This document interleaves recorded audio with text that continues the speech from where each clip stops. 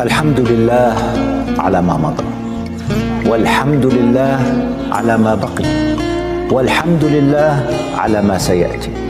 الحمد لله على كل طعنة وخذلان وتجربة علمتنا وفتحت عيوننا.